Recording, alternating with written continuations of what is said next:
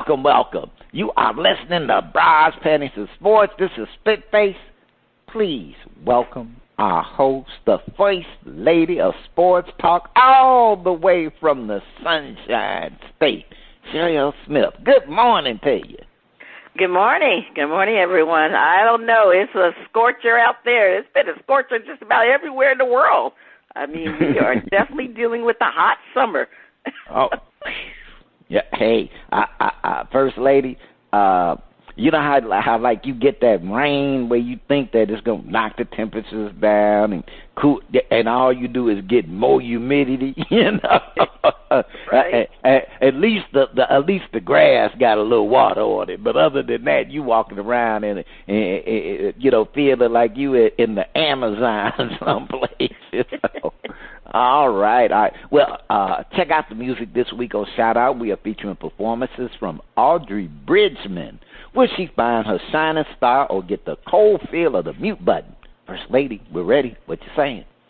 Each week we try to figure out what is going on in the sports world, not the plays of the week, more like the players of the week. Or they try to tell us something, so we ask, what you saying? Fly, little birdie, fly. Time keeps on slipping into the future. Time keeps on slipping, slipping, slipping into the future. So I want to fly like an eagle to the sea. Fly like an eagle, let the spirit carry me. I want to fly right into the future. The little birdie known as LeBron James wishes he could fly far away from the comment he made about Brittany Griner's situation. James Media Company, Uninterrupted, released a trailer Monday for an upcoming episode of its talk show, The Shop. Midway through the 30-second trailer, that's Maverick Carter, can be heard bringing the Phoenix Mercury star up, at which point James says, quote, now, how could she feel like an America? Excuse me, let me read. Now, how could she feel like America has her back? I would be feeling like, do I even want to go back to America? Did James put his foot in his mouth? Those two sentences were enough to spark widespread coverage and new debate over Griner's situation. Is the conversation around Griner hurting her situation and the government's effort to free her and others? Should Russia kidnap James and see what they can get? Marvelous Marvin Hagler, Bernard Hopkins, Roy Jones Jr., and the Steve Miller Band are asking, what you saying? Oh, yes.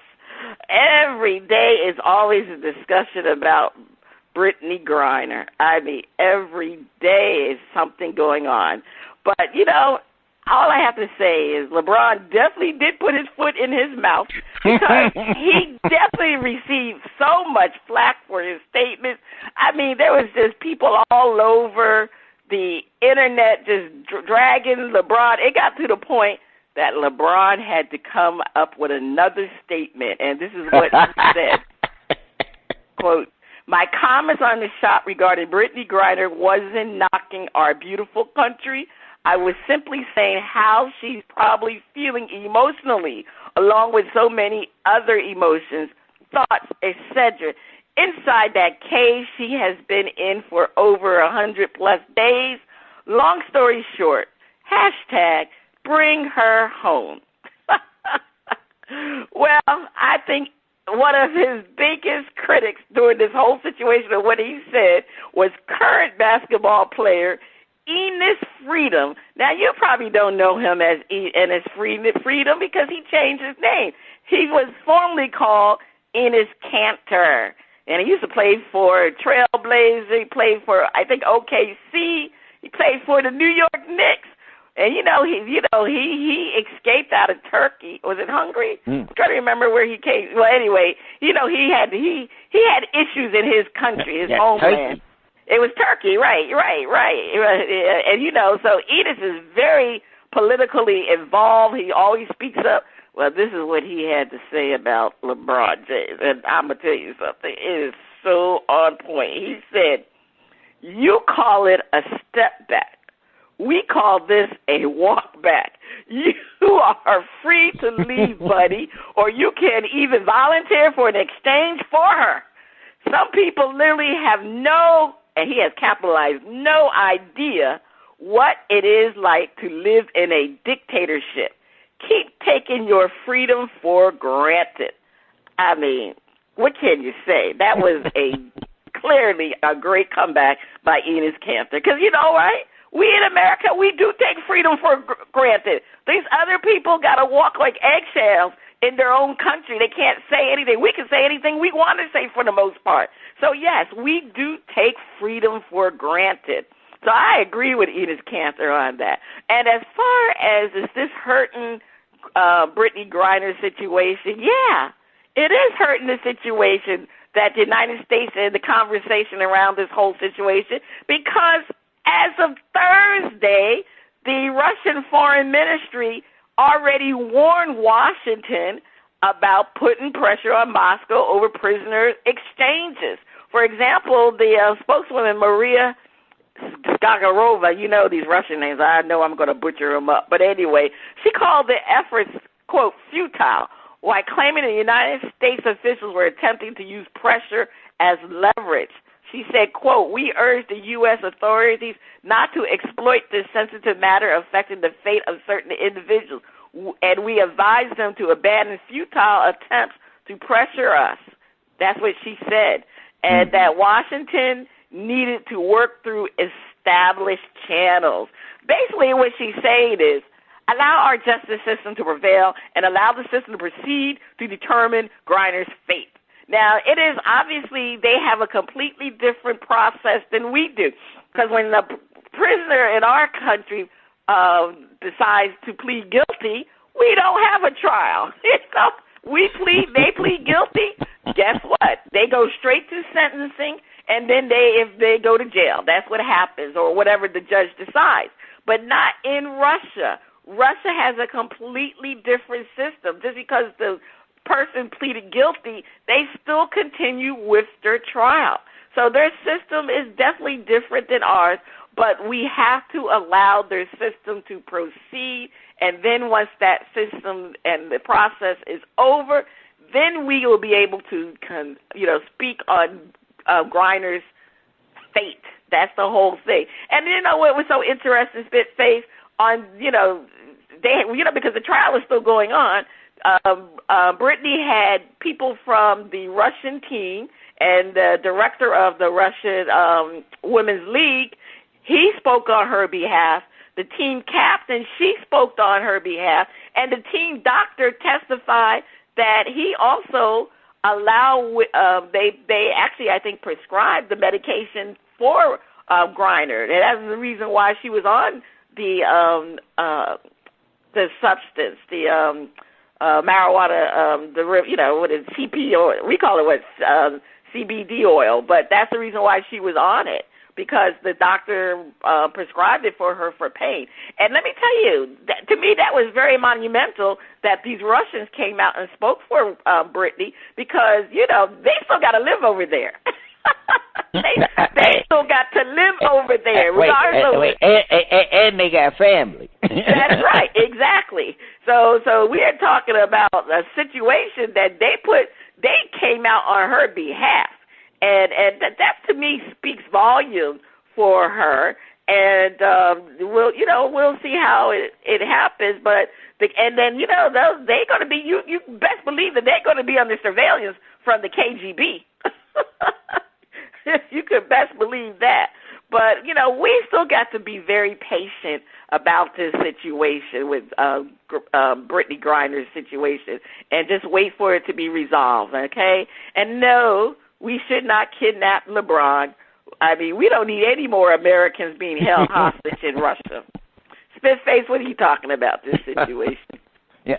First lady, I think the key word that you mentioned about the whole situation is patience, and which Americans have a severe lack of. We want it now. We should have had it yesterday. So there's a problem. Because snap, snap, twinkle my nose is supposed to appear and be resolved. And that ain't the way that life works. Mm-hmm.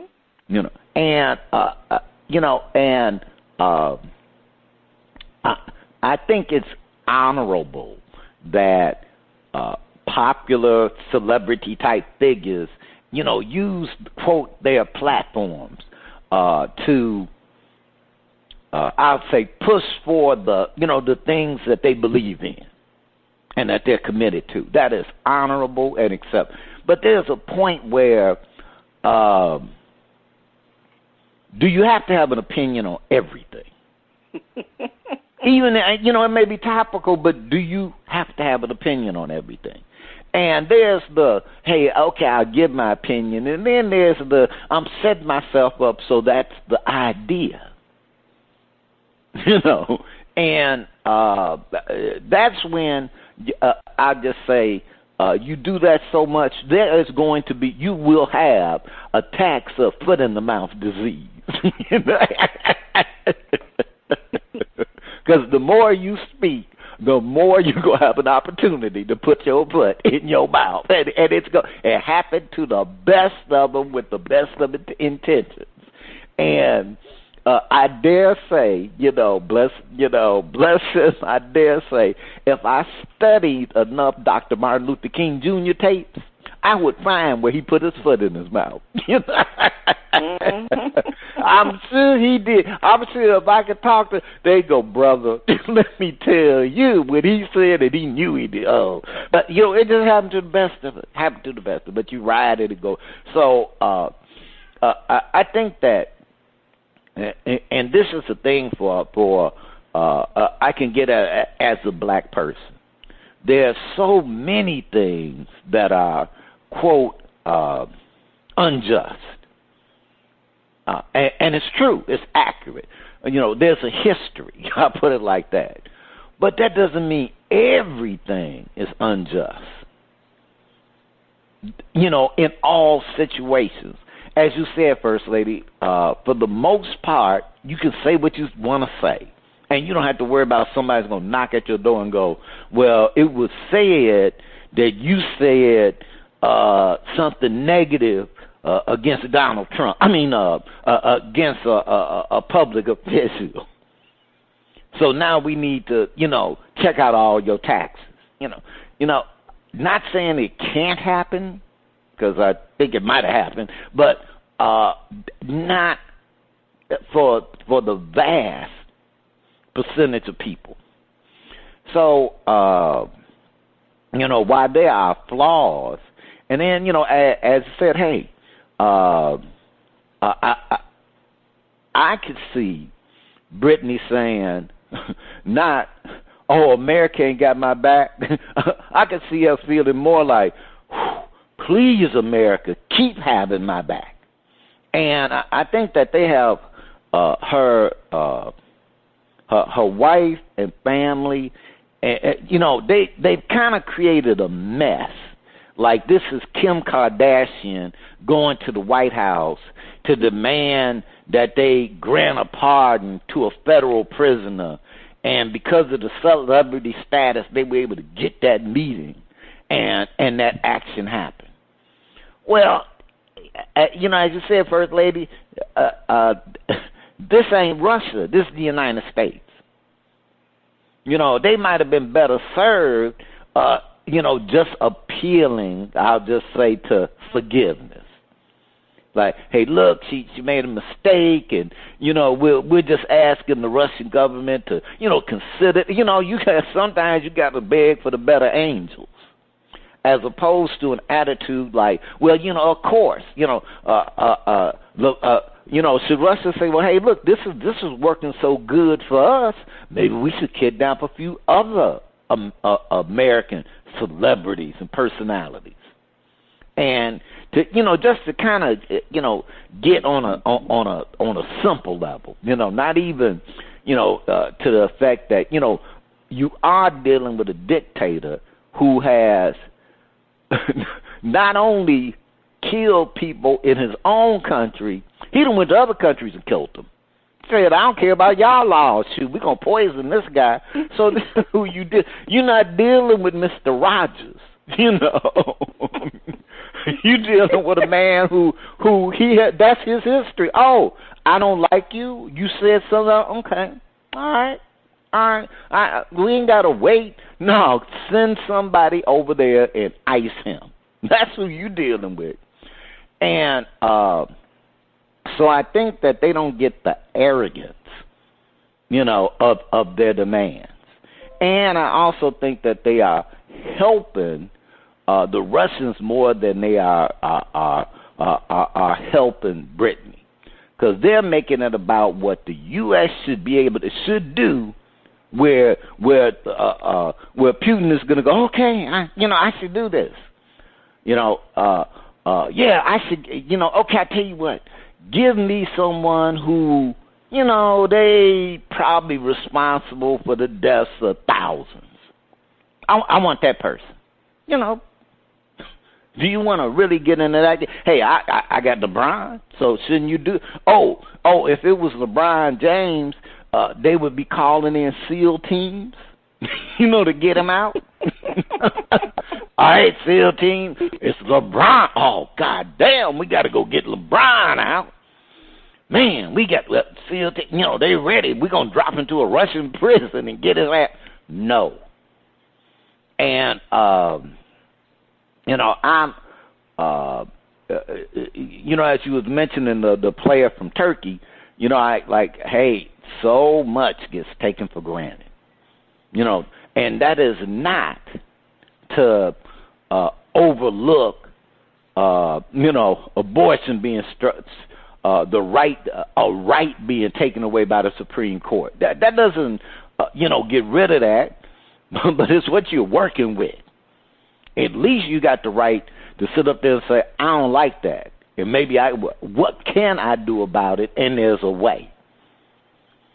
So, but LeBron, I ain't going to jump on you too bad because I have had an occasional foot in the mouth disease attack, brother. So glad you cleaned it up a little bit. That's all I'm saying, First Lady. Well, you know what, Spitface, I really, really, really, really, it pains me to say this, but I'm going to say it anyway. This is one time LeBron should shut up and dribble. Okay? Hey, he played that pretty good the other day. Laura Ingraham said he should shut up and dribble. That's how he should have shut up and dribble. All right, Spitface, over to you. All right, don't call it a comeback. I've been here for years, rocking my peers and putting suckers in fear, making the tears rain down like a monsoon. Listen to the bass go boom, explosion, overpowering, over the competition I'm towering. Wrecking shop when I drop these lyrics that'll make you call the cops. Don't you dare stare, you better move. Don't ever compare me to the rest that all get sliced and diced. Competition paying the price. I'm gonna knock you out, huh? Mama said knock you out, huh? We are talking about the knockout punch to the Houston Texans by the 30 women who filed suit for the team's involvement in the Deshaun Watson situation. The Houston Texans were forced to settle all 30 lawsuits. Are the Texans double losers? They had to pay Deshaun for a year without him playing and pay off lawsuits that never would have happened if he could keep his dick in his pants. Now, we don't know how much the lawsuits are being settled for with either Deshaun or the Texans. We do know it won't affect Deshaun's NFL paycheck if he's suspended this season, given his contract only pays out $1 million the first year. Is Deshaun being rewarded financially for bad behavior? Leroy Satchel, Paige, Walter, Buck, Leonard, and J. Cool Papa Bell are asking what you're saying. First Lady, there's a back in the day, and I grew up in a blue collar family. So my father went to the plant, to the factory and work, and his buddies went to the plant and factory and work. And, so, you got that, and people in the neighborhood, that's where they went to the factory and worked, or the plant, whatever. So, one of the things that I would hear from them was that there would be times when the economy was good and they needed people for overtime. So all this overtime company, look, we're gonna pay you overtime. You get time and a half. Oh man, and most of they would say this term. They said, "Man, we getting over like fat rats. Get over like a fat rat," which means you can just suck it up. And I look at Deshaun. I go, boy, this boy done got over like a fat rat. First off, he did what he did. Legal, criminal, moral, whatever, pick your category. But he did what he did. And his first punishment was, we're going to pay you a year's salary, but you can't play. All right, thank you for that $10 million, whatever, because it was double-digit millions that I'm getting paid not to play. Oh, that hurts him so bad. His career, hey, you're in a sport where people hit you, hard, And so you got a year where they ain't hitting you hard, but you can do all your athletic stuff. I don't know if that is totally detrimental to a young man. Okay, so that's just like if he broke his foot and was out of season. Okay, they kind of, when you young 20s, you kind of come back from that kind of stuff. He wasn't injured. He just had to sit. Then he goes to the Browns. Now, first off, the Texans gave him a great contract. It wasn't like they didn't penny pinch. They said, man, you are a man. We paying you. They gave him the money he wanted. So he got that money, and all he had to do was sit on his ass. Then he goes to the Cleveland Browns. They want him so bad, they go, okay, well, look, man, we'll give you a better contract than that boss contract you already have. So you're already living like a fat rat. But you know what?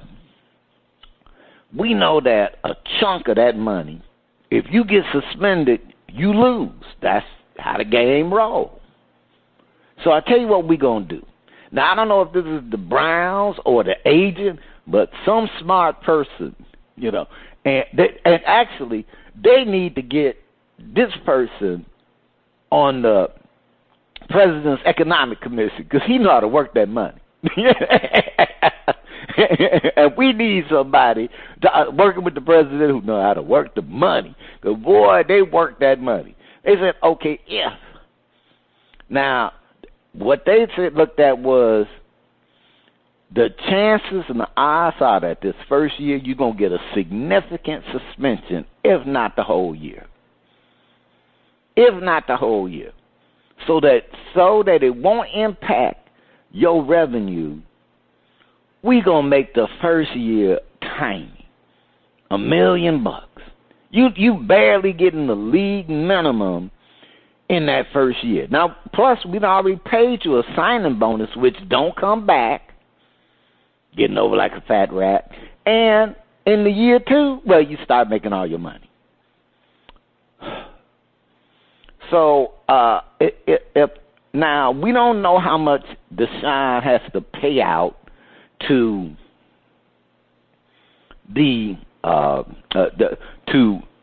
settle all his lawsuits. But I got a funny feeling that his signing bonus alone probably handles that. So he don't really feel. I'm not saying he's giving up his whole, oh man, I had to spend my whole. No, I'm just going part of the signing bonus is probably handling the lawsuits. So I'm still getting over like a fat rat. I've been getting paid. I ain't had to play, and I'm gonna get paid even more. So I'm kind of going, what is the punishment that Deshaun is actually suffering?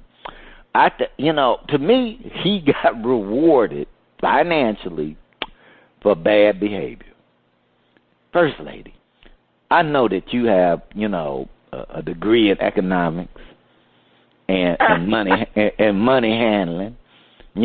They said First Lady was a scholar with a dollar back when she was in kindergarten. She ain't missing a dime, let me tell you. First Lady, what you say? Well, no, I ain't gonna claim I got a degree in economics now. But I like to think I do got good business sense. That's one thing I like to say. I do got good business sense. But this situation here is just I don't feel sorry for the Texans. And the reason why I can't feel sorry for the Texans, if they paying twice, is because they chose not to allow Watson to play. That was their decision. It wasn't the NFL decision. He wasn't placed on the commissioner's exempt list. So they could have played him, and you know what? They should have played him. I guess their main reason for not playing him because they thought it was going to be a distraction to the team. Well, damn it was already a distraction even when he didn't play. So what was the big difference? You know what I'm saying? There was still a distraction. And regards to the lawsuit that they decide to settle, as more information has come out, it seems that the Texans knew a little bit. They knew something more than we thought they knew, right? They knew a little bit what was going on. And, it was one of their employees that provided Watson with the NDAs, the non-disclosure agreements, to give to the women when he would use for his appointments. So why would you have an employee to provide that for them unless they knew something was going on? You know what I mean? Why do you have to give somebody an NDA for them to give you a massage? So that seems strange to me. And the thing about the Texans provided him with the hotel membership where he had some of the massages taking place. Now, it's obvious the Texans didn't realize that this was going to happen when they gave him that membership, that he was going to be allegedly sexually assaulting women. But to me, the offering of the NDA proved that Texans were really aware of what happened. So they settled the situation. They did it amicably, and they just wanted to get it out of the way. And like I said, maybe Deshaun should have done that in the beginning because he ended up doing it anyway. So, but as far as the financial situation, let's face it, life isn't always fair. And his team around him, Watson's team around him, they realized what was happening, so they were very smart agents. They looked out for his best interest, and they set him up where he would not suffer financially from this whole situation. So, he got that big contract, and the contract, is the first year the contract is less than what the rest of the years are because they knew that's going to be the year that he's going to be suspended. And like you said, they got the signing bonus. And, did we expect anything else from Deshaun Watson? His people surrounding him were very shrewd, and they knew what to do, but this is America. We talking about some of the things that we can do in the United States of America. Well, this is one of them, capitalism. He was able to capitalize and be able to put to allow his situation to be more financially for him. So, what can we say? Is it wrong? Morally, it's wrong, but did he do anything wrong when it came to him getting that money? No. He negotiated a contract. That's all he did. That's what everybody else will do.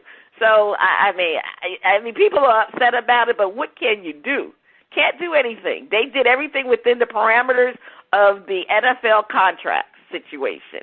Now, he is going to lose endorsements. He's already lost, I think it's 3 out of his 14 endorsement deals. He lost Beats by Dre, Nike, and Reliant Energy. And I'm quite sure that, the other 11 endorsement deals, I was kind of surprised that he didn't lose some of those, but we'll see. But, hey, I was a big supporter of Deshaun Watson in the beginning, but I'm sorry, after all those women came out, you know what I said on a previous show? I think he's a deviant, and it's something wrong with him regarding that situation. And hopefully he can get some help. That's all I got to say, Spitface. Yeah, Percy, I am with you. I do think that I do hope the brother does get some help, because there's a thing when you when your thing has you and you don't have your thing, where it starts bleeding over in the areas you didn't expect. So, Deshaun, take First Lady's advice and seek out some professional help, because, your behavior ain't the kind that, if you don't address it, it is going to roar up. It's like a drug addict. It's going to come up on you and get you. So take some of them millions and go, hey, get yourself straight, brother. All right, First Lady, please take us to break. Stay tuned. Coming up next, we have a performance from Audrey Bridgeman on Shout Out Part 1. First Lady of Economics.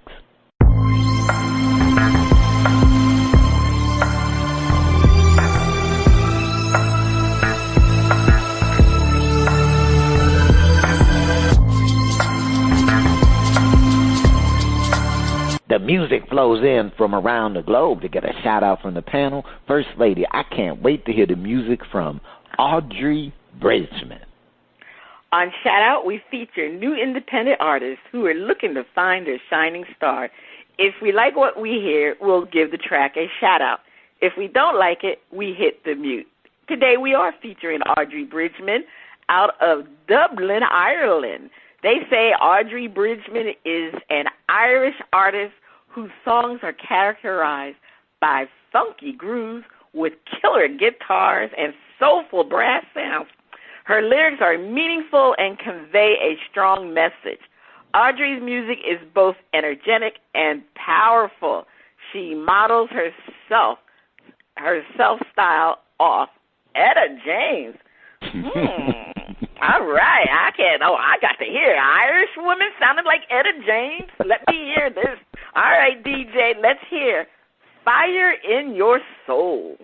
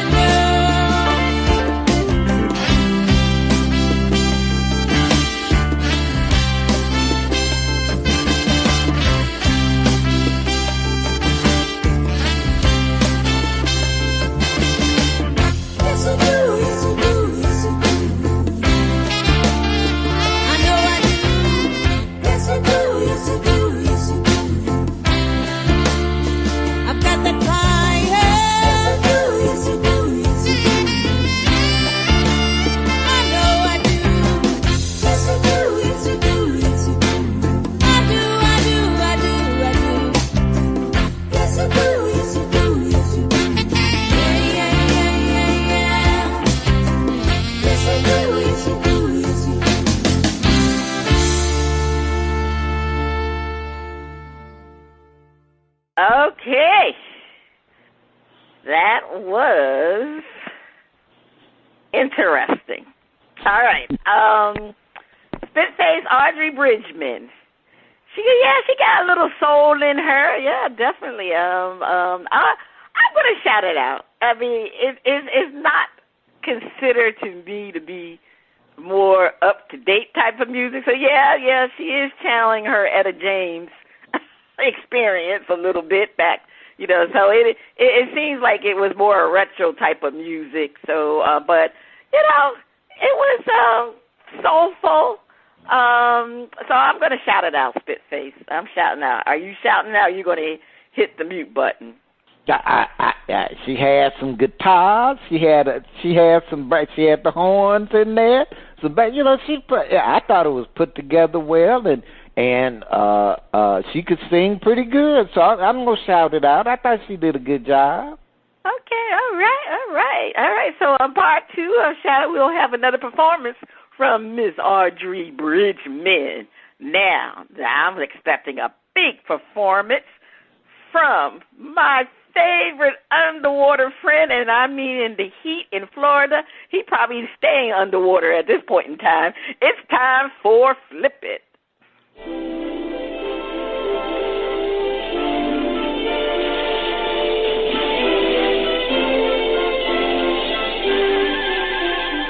They call him Flipper, faster than lightning. No one you see is smarter than he. And we know Flipper lives in a world full of wonder, lying there under the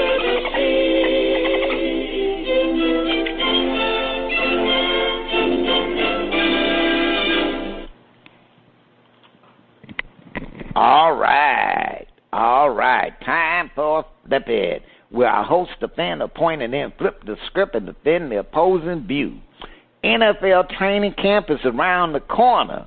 We wonder who the better dark horse bet to get to the Super Bowl. That's right. It's way too early, but we talking a little football. Who is the better dark horse bet to get to the Super Bowl? The wacky waiters or them old purple people eaters, the Vikings? Defend. The Raiders seem to have reloaded with lots of firepower. They're the best bet.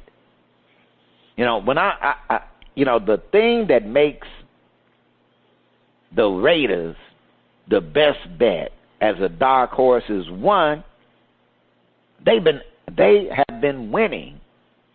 Now, they haven't been going to the AFC Conference Championships, and they haven't got far, but they've been winning. And the one thing is they're settled at quarterback. They went out and got the top receiver from Green Bay, and Kansas City can be beat, and the Raiders have beat them. So I think a lot of folks are going, hey, look, curly-haired Russell Wilson then went to Denver. The Chargers, they're going to improve all of that. And I think they really are overlooking those wacky waiters. And for Raider Nation, I think this might, if there's going to be a dark horse, like Cincinnati was a dark horse. They weren't a bad team, but they were a dark horse, and they came within a couple of sacks of having a Super Bowl victory. So I think the Raiders have, what they've done on offense, and they brought in a coach that ain't a racist. First lady, they're the best bet. All right. Well, Vegas odds has the Raiders at plus 4,000. They have the Vikings at plus 5,000. So neither have great odds of going to the Super Bowl. But the Raiders have a better chance because, number one, John Gruden is forever gone. No more talk about him. End of situation. Gone. You know, that was a cloud over their head last year. It's no more discussion about Gruden. Gone. Number 2, they believe in Derek Carr. He is due to have a great season. And, you know, there was always a situation where Gruden always felt that somebody else should be in the quarterback. So they believe in Derek Carr now. And number 3, they have added Devontae Adams. Being able to team up with his college quarterback, this will be the big difference maker on why they are going to be the dark horse. You know, the big difference maker.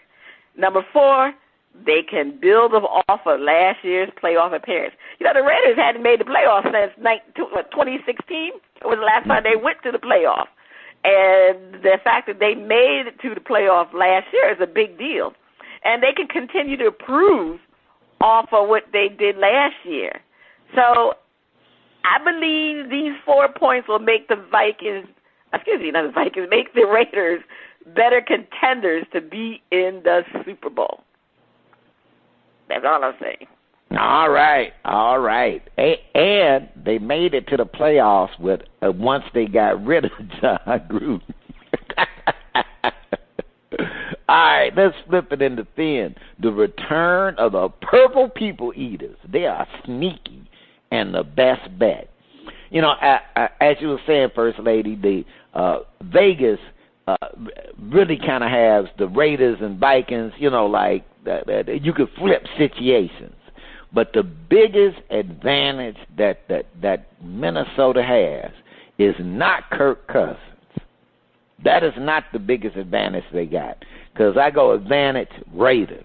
The biggest advantage they got is they play in the NFC North. The Raiders play in the AFC West, you know. And the Vikings play in the NFC North.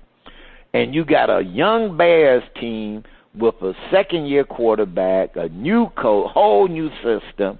So they probably going to whoop up on them. Detroit is kind of interesting, but they ain't ready. And then, of course, you got the bad man up in Green Bay. And Minnesota is the only team in the division that can at least split the season with Green Bay. But here's the other thing is that the bad man signed a bad deal. Woo! Talk about big money, you know. So, but at the same time, he lost his star receiver, and Green Bay is going predictably will probably trounce all over the NFC North. And but except for when it comes to Minnesota, they're going to have to play them. But at some point, it just seems like Green Bay just has that squishiness about them where they just, hit a wall. And I think this is the year where you could see, one, Minnesota has upgraded that defense. Two, talk about a breakout year. Kirk need to do something. But hey, whether he does or not, they got a running game. They got offensive weapons. And in the convoluted NFL, they will be the better bet for a dark horse. First Lady, defend. Well, what can you say? I mean, the return of the people eaters. Okay, let's see. What are we talking about? The Texans. We ain't talking about no purple eaters. We talking about the Texans. I'll put it this way. Talking about the Vikings. We talking about the Vikings. Okay, I'm sorry. I'm good. I said, you got me. See, the Vikings got me confused. We are talking about the purple eaters. All right. Let me put it this way. The Vikings are in a very, very weak division. You already said that, Spitface, because you got the Bears and the Lions. Oh my! You got the Bears and the Lions. Oh my! They, the Lions had the worst record. And the Bears, well, they're in transition. They got new regime for the Bears. Now, the top team, the Packers, are considerably weakened with the departure of Devontae Adams. So, I mean, the Vikings definitely have a better chance of being the dark horse to the Super Bowl than the reason why Kirk Cousins, Kirk Cousins is due for a breakout season. The reason why, because his contract has only been extended to 2023. So we know Cousins plays really well when he is on a contract. Situation needs to be better. That's how he got that big old contract to begin with, is because he played really well. So if he wants a contract past 2023, he's going to have to perform now. And I think he will perform now. Number 2, Mike Zimmer. Mike Zimmer is no longer the coach. He's gone. They have a new coach, Kevin O'Connell. Now you say, well, who is Kevin O'Connell? Well, Kevin O'Connell was the offensive coordinator for 2 years for the Los Angeles Rams. And we know how powerful their offense has been.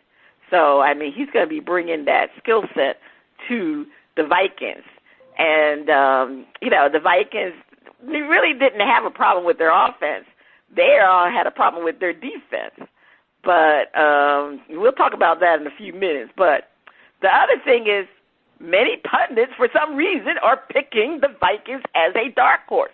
So that must be saying something. While, I listen to sports shows, Colin Hurd, what's his name, Colin Hurd? I think Colin Hurd from Fox, he's picking them to double their winnings from last year to this year.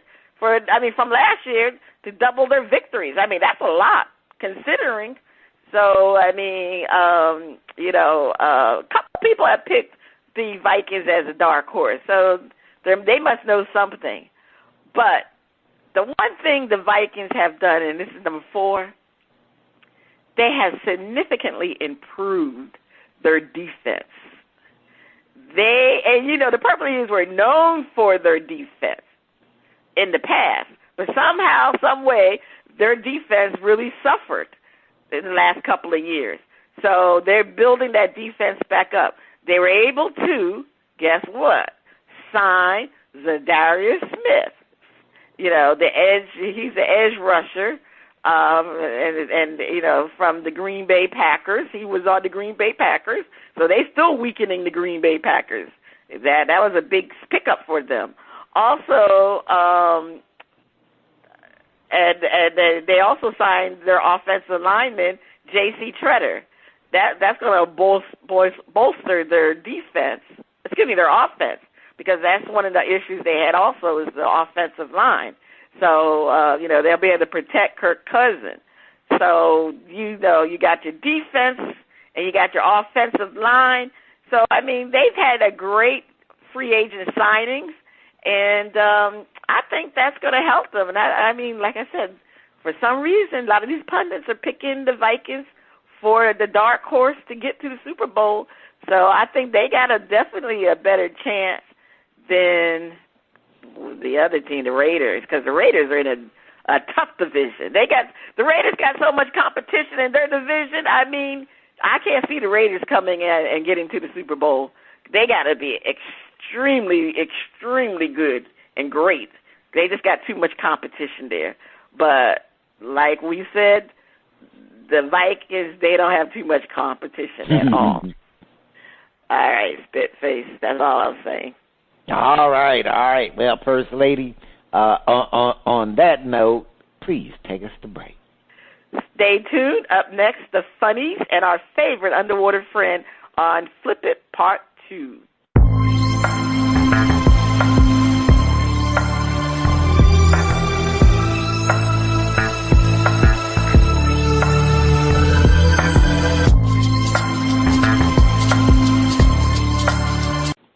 Welcome back. You are still listening to Bras Panties and Sports.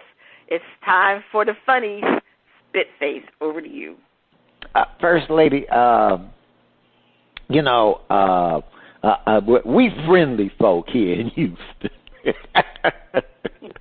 All right, stop yelling at tourists. say police in Arizona destination. Jerome, Arizona. Police in an old Arizona mining town that gets 1 million tourists annually are warning residents to stop yelling at visitors or they could face harassment charges. Jerome, population about 450, was once home to one of Arizona's largest copper mines and is now a hub for artists. Tourists take in its scenic views and visit stores and bars along the winding mountain road that passes through it. But Jerome police said on Facebook this week that it has come to our attention that some people visiting our town on short visits and using lawful short-term parking passes are being yelled at or having notes left on their cars by local residents. And it warned, quote, yelling at or leaving notes could in some cases constitute harassment under Arizona revised statutes.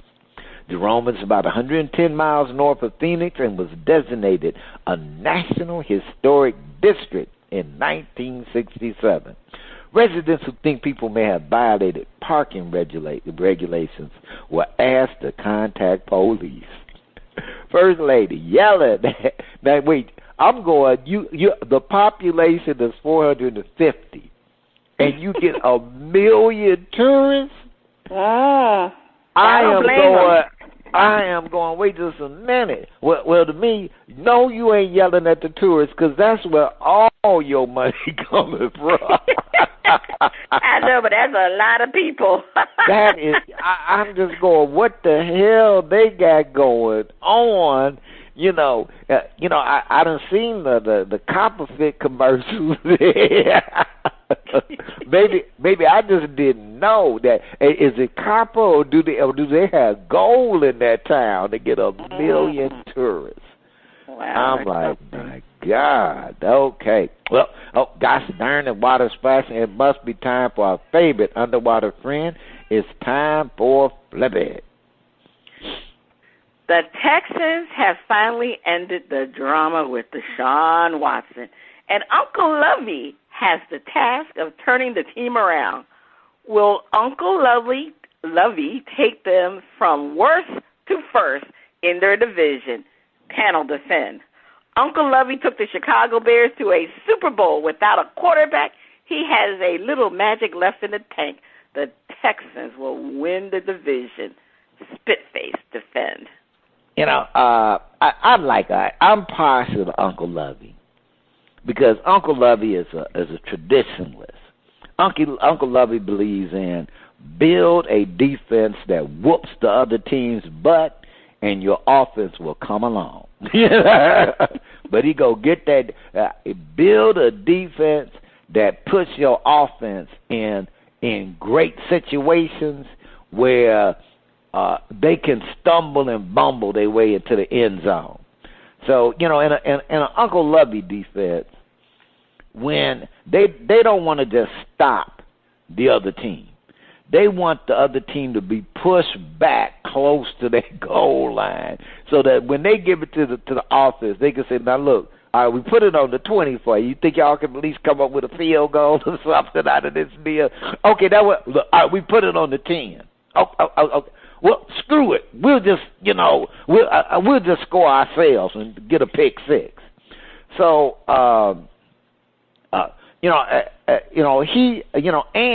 he got to the Super Bowl with Kyle Orton and Rex the Grossman. So, I'm going, so you got to have a little magic going for you when you got that kind of combination. And Uncle Lovey is in a situation where he can either be the fall guy, hey, we needed a black coach in the NFL. We went ahead and kept him, mate, but we don't expect him to do anything. We'll just be good. But, I think Uncle Lovey a little smarter than that. And, the Titans and Colts, especially the Titans have been the big dogs. They've had Derrick Henry. They've been able to run it, pound it, ground it. But I think it's some juice. It's about time for them to drop down a little bit. Now the Colts are probably I go to odd. You know, they got the edge, but they're going through a little transition with quarterbacks, and they could slip and slide. The Texans, well, the Jaguars, you know, they're gonna flounder around for another season. They're gonna flounder around for another season. So the Texans are they're in that position where they could play over their head. They're the only team in that division that can play over their heads. And Uncle Lovey has enough juice left where he can bring a little bit of that magic, and they can leapfrog.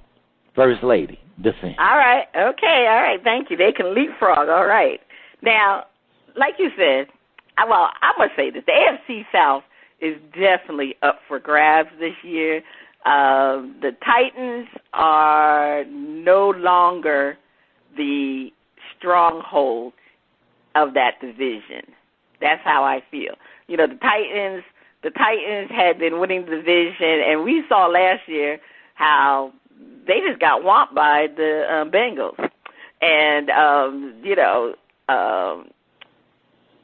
their quarterback wasn't that great. And is he going to be great this year? You know, it seems like both the Titans and the Colts, they have been having issues with their quarterbacks. And so the Titans, you know, they just got to prove that they can win consistently, because unfortunately Ryan Tannehill is not the answer. He's not that great of a quarterback, but they got a great running game. But there's no chance that they're going to win that division again. Now, the Colts are in limbo, always searching for a quarterback after Andrew Luck. I mean, they had Jacoby Brissett. They had last year they traded for Carson Wentz. Poor Carson Wentz couldn't get it done. He couldn't even get them to the darn playoff. So now, who do they have? Don't they got Matty Ice? Well, we know Matty Ice is old. Matty Ice is melting. He ain't Matty Ice anymore. Matty Ice melted. Too old. So Uncle Lovey definitely can get the Bears. The Texans. I don't know why I think he's still with the Bears. Can get the Texans to worst to first. I mean, we all know that Lovie Smith, I mean, his overall record doesn't speak volumes, but we know he has shown that he had many winning seasons with the Bears. And like you said, Spitface, he got them to the Super Bowl. And he always predicated his team wins and style on their defense. That was one of the best defense ever in the league. And you're right, they never had offensive weapons, never had a great quarterback. Never.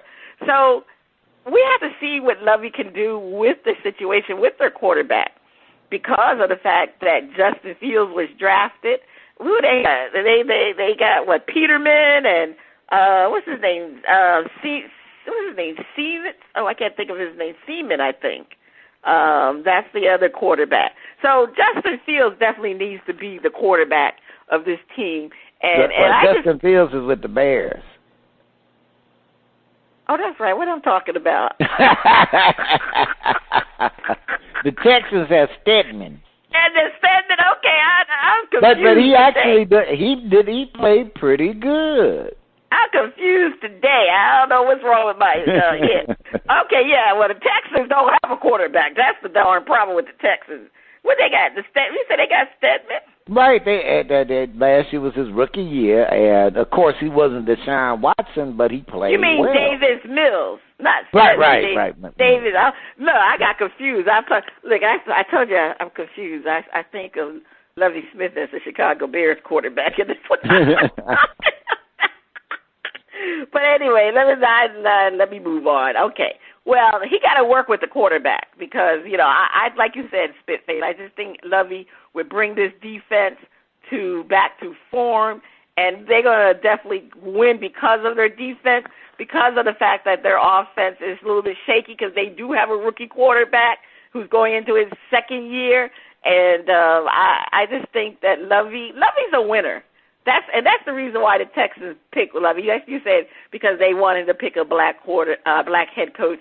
But Lovey is a winner, and he's well respected, and I think he commands the attention of the team. He's a leader of men, and when you have somebody that's a leader of men, you can get the best out of the players, and I think that's why the Texans are definitely going to win their division because they are going to go from worst to first. All right, let's flip it. And we understand. Let's defend.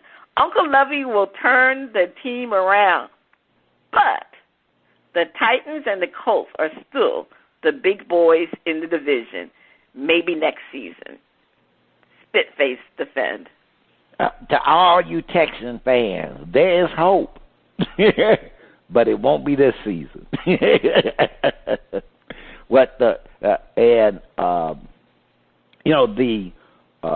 The Titans and the Colts both have issues, but the issue that they don't have is veteran experience. A lot of players for the Titans and the Colts, they played together for a while in their offense and defense. So, and they while they haven't been able to break through, mainly the Titans, because of quarterback play, they're still formidable because they got those players, they got Derrick Henry, and they happen to have, both of those teams have good defenses.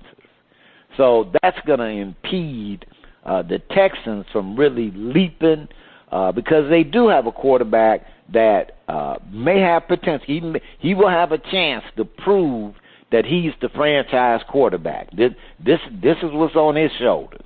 Okay? Now, he's going to be aided because Lovey is going to bring him a good defense to help put them in good situations. But the Titans and the Colts still are still too formidable for them to make a leap. Now, one thing, someone had wrote that the Jaguars was going to have a better record than the Texans. No way, Jose. The Texans will be in, I'll say this, the Texans will have a strong chance of going 500. Oh, wait, it's an odd number of games. They have a strong chance of being one game over 500. Okay. All right. They're going to be one game over 500. Okay. That's promising. Okay. Well, Lovey is new to building a culture for the Texans. It's going to take a while because we know that the Texans culture has suffered so many, many, many years under Bill O'Brien. They made it to the playoffs, but they just couldn't do anything in the playoffs. And I remember, I'm trying to remember, they had that big first half lead, and they had a complete meltdown. What was that against the Saints? No, it wasn't the Saints. It was Cincinnati. It was Cincinnati. Yeah, okay. It was Cincinnati. All right. So I know it was they was rolling, and all of a sudden, and that was the defense that fell apart. And Bill O'Brien was supposed, that was their defense. But Lovey is going to have to take at least this year to establish his system correctly. And like you said, Spitface, the Colts and the Titans, they are veterans. They've been there before, done that. Their problem has always been their quarterbacks. So even though I said Matty Ice is melting, he's better than Carson Wentz. Okay? I don't know if that's but Matty still got something in the tank. He still got left in the tank. Matty Ice still got something left in the tank. And he's a good bridge quarterback. Yeah, he's going to help the Colts, and the Colts got everything going. They just need to get their quarterback situation, and they got one of the better defenses in the league. And the Titans' defense is in the league, and then they got the running game with Henry. Henry. That's right. They got the running game. again, these two teams, it's a matter of how well their quarterbacks are going to play. Is Ryan Tannehill going to have a good season this year? He didn't have a great season last year, and, he's like one good season, bad season. So this year he should have a great season. So I just feel that those two teams, like you said, Spitface, they're just so far ahead right now of the Texans. But the Texans are on the come up, and I think Lovie Smith is definitely going to bring them into a better situation. Hey, they can't get any worse than where they are now. So, I just think it's about building that winning culture. Once you instill in these players that you can win in this league, confidence will take over, and that's what Lovie will do. But he can't right now. The other two teams are just too far ahead of his team. And the Jaguars, well, what can we say about the Jaguars? Ain't nothing we're going to say about the Jaguars. That was a disaster in the making, So we will see. But the Colts, to me, are Colts. The Colts. I think the Colts will win that division, and the Titans will come in second, and then we'll have the Texans. I think definitely the Texans will be ahead of the Jaguars. All right, Spitface, please take us to break. Instead of mission accomplished, they said disaster accomplished. All right, on the other side of the break, we have another performance from Audrey Bridgeman out of Dublin, Ireland. On Shout Out Part 2, please stay tuned.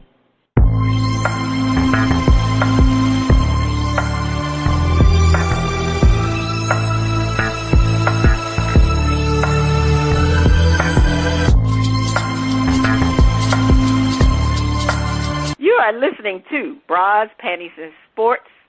It's time for Shout Out Part 2, the picks, and the finale.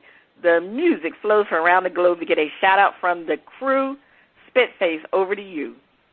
All right. We have another performance from Audrey Bridgeman from Dublin, Ireland. Now, it's too early for me, so I did not break out my Guinness, but I'll probably go grab a six-pack later on this afternoon. Hey, DJ, let's hear Truth. Check it out.